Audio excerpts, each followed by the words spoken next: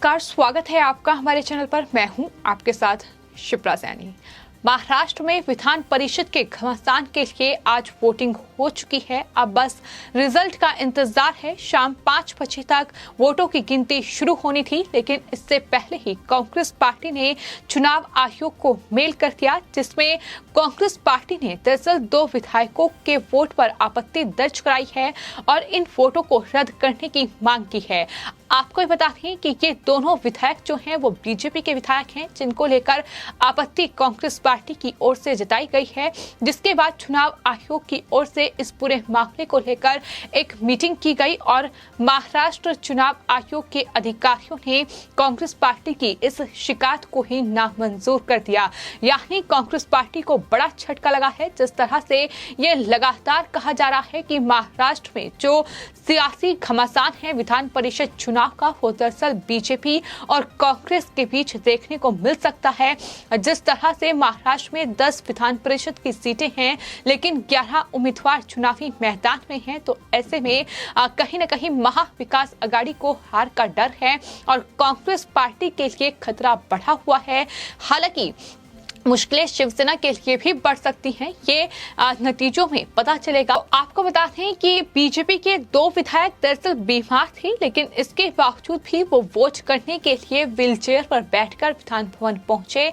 उन्होंने इस पूरी प्रक्रिया में मतदान किया, जिसमें बीजेपी विधायक लक्ष्मण जगपात और मुक्ता तिलक शामिल है, जिसको लेकर देवेंद्र फडणवीस की ओर से भी ट्वीट किया गया था कि बीमार होने के बावजूद वो मतदान करने के लिए पहुंचे हैं और उन्होंने विधान परिषद के इस चुनाव में वोट किया है। लेकिन इस पर कांग्रेस पार्टी ने कड़ा ऐतराज जताया है।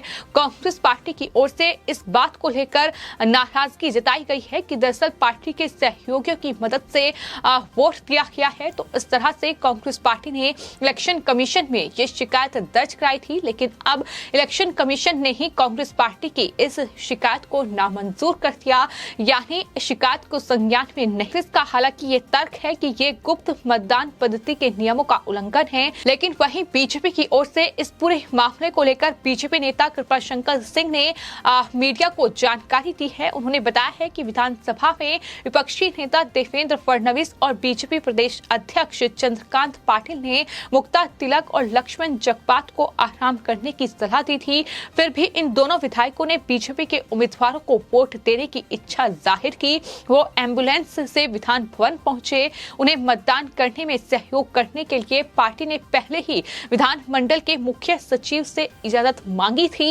ये बीजेपी की ओर से कहा गया है, इसलिए इस मतदान को लेकर आपत्ति जताने लायक कोई बात ही नहीं है, जिसको लेकर कांग्रेस पार्टी की ओर से आपत्ति दर्ज कराई गई है। यहाँ एक बड़ा सवाल ये है कि एक तरफ जो बीमार एमएलए हैं वो दरअसल वोट करने के लिए विधान भवन पहुंच रहे हैं, लेकिन वहीं दूसरी तरफ जो महाविकास अघाड़ी के 2 नेता हैं, जो 2 बड़े विधायक हैं, जिसमें अनिल देशमुख और साथ ही नवाब मलिक शामिल हैं, वो दरअसल अपराधी हैं, वो आरोपी हैं और जेल में बंद हैं। बावजूद इसके महाविकास अघाड़ी, शिवसेना, एनसीपी और कांग्रेस लगातार ये मांग कर रही है कि दरअसल उन्हें वोट करने का अधिकार है, उन्हें वोट करने दिया जाए। लेकिन वहीं साफ तौर पर ईडी ने दोनों पर शिकंजा कसा है और ईडी ने ये कहा है कि कोई भी कैदी जो है वो चुनावी प्रक्रिया में भाग नहीं ले सकता है। ये उनकी तरफ से तर्क दिया गया, लेकिन बावजूद इसके महाविकास अघाड़ी लगातार केंद्र सरकार पर इसको लेकर हमलावर हैं। तो कहीं न कहीं ये साफ है कि कांग्रेस पार्टी को या महाविकास अघाड़ी को इन चुनावों में हार का डर सता रहा है और शायद यही वजह है कि इस तरह से चुनाव खत्म होने के तुरंत बाद ये चुनाव आयोग को एक मेल किया गया, जिसमें बीजेपी के 2 विधायकों के वोट रद्द करने की मांग की गई। फिलहाल आपको ये बता दें कि विधान परिषद की 10 सीटों के लिए मतदान हो चुका है। 11 उम्मीदवार मैदान में हैं। बीजेपी ने 5 और महाविकास अघाड़ी ने 6 उम्मीदवारों को इस चुनावी घमासान में उतारा है, जिसमें शिवसेना के 2 उम्मीदवार हैं, इसके अलावा एनसीपी के 2 और कांग्रेस पार्टी के भी 2 उम्मीदवार हैं और इस तरह से उनके 6 उम्मीदवार फिलहाल चुनावी मैदान में हैं।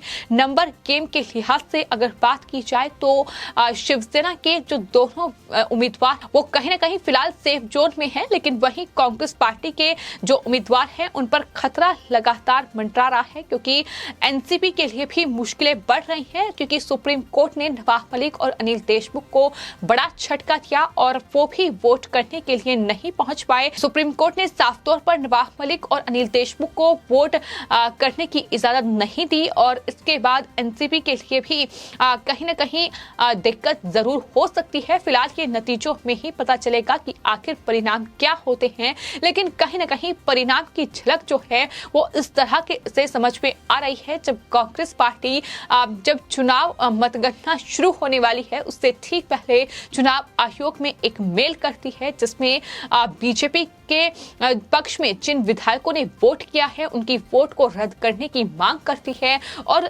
सवाल यहाँ खड़े किए जाते हैं कि दरअसल वो बीमार हैं, वो व्हीलचेयर पर विधान भवन वोट करने के लिए पहुंचे हैं और उनकी मदद जो है वो बीजेपी के नेताओं ने की है। अब खुलासा ये हो रहा है कि पहले ही बीजेपी के नेताओं ने चुनाव आयोग से इसकी परमिशन ली थी और उसके बाद ही उनकी मदद की गई है। तो इस तरह से कहीं न कहीं तमाम हथकंडे अपनाए जा रहे हैं कि किस तरह से कहीं न कहीं वोट को रद्द किया जाए, किस तरह से चुनावी जो प्रक्रिया है उसमें जीत हासिल की जाए। फिलहाल आपको ये बता दें कि जहां विधान परिषद के इन चुनावी नतीजों पर सबकी निगाहें टिकी हुई हैं, तो वहीं राज्यसभा चुनाव के जो नतीजे हैं उसे भी कोई नहीं भूला है कि किस तरह से बीजेपी ने कहीं न कहीं महाविकास अघाड़ी के लिए राज्यसभा चुनाव जीतकर महाराष्ट्र में बड़ी मुश्किलें बढ़ा दी हैं। जिस तरह से महाविकास अघाड़ी की हार हुई थी, उनका एक उम्मीदवार हार गया था, शिवसेना को बड़ा झटका लगा था। तो देखना ये होगा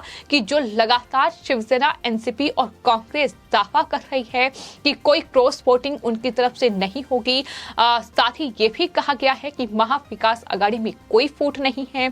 दावा ये भी लगातार किया जा रहा है कि शिवसेना से उनके ही विधायक नाराज हैं। तो देखना दिलचस्प होगा कि आखिर ये चुनावी नतीजा क्या रहता है, कौन किसके पक्ष में वोट करता है, आखिर कितनी वोट किसके खाते में आती है, निर्दलीय विधायकों का क्या रुख रहता है, ये बड़ा सवाल है। फिलहाल जो वोटिंग है वो हो चुकी है, मतगणना अभी जारी है, इसका पता आने वाले वक्त में ही चलेगा कि आखिर कौन जीत हासिल करेगा। लेकिन फिलहाल कहीं न कहीं सबकी निगाहें जो है वो महाराष्ट्र विधान परिषद के इन चुनाव नतीजों पर टिकी हुई है। जिस तरह से इस एमएलसी चुनाव को लेकर महाराष्ट्र में सियासी घमासान काफी तेज था, बीजेपी लगातार जीत का दम भर रही है। बीजेपी की ओर से तमाम नेताओं का यह दावा है कि देवेंद्र फडणवीस की रणनीति राज्यसभा चुनाव की तरह ही एमएलसी चुनाव में भी एक बार फिर कामयाब होगी और बीजेपी एक बार फिर एमएलसी चुनाव में महाविकास अघाड़ी को मात देगी। क्योंकि जितने घपले घोटाले और जितने भ्रष्टाचार और जिस तरह से कहीं न कहीं घोटालों की सरकार महाराष्ट्र में चल रही है, दरअसल उस पर जनता को भरोसा नहीं है, उस पर निर्दलीय विधायकों को भरोसा नहीं है। ये लगातार बीजेपी की ओर से बयान दिए जा रहे हैं, लेकिन देखना यह होगा कि क्या राज्यसभा की तरह ही एक बार फिर जो बीजेपी है वो क्या निर्दलीय विधायकों को साधने में कामयाब होती है या फिर नहीं। फिलहाल बयानबाजी का दौर जारी है, लेकिन नतीजों का इंतजार हर कोई कर रहा है। वहीं कांग्रेस पार्टी या यूं कहें कि महाविकास अघाड़ी को चुनाव नतीजों से ठीक पहले एक बड़ा झटका लगा है, जहां इलेक्शन कमीशन ने कांग्रेस पार्टी की इस शिकायत को ही नामंजूर कर दिया है, जिसमें लक्ष्मण जगपात और साथ ही मुक्ता तिलक को के वोट को रद्द करने की मांग की गई थी। ये मांग की गई थी कि दरअसल दोनों बीमार हैं और ऐसे में मदद जो है वो पार्टी के सहयोगियों की ओर से की गई है, इसलिए ये दरअसल गुप्त मतदान पद्धति के नियमों का उल्लंघन है। तो इस तरह से अगर एक बीमार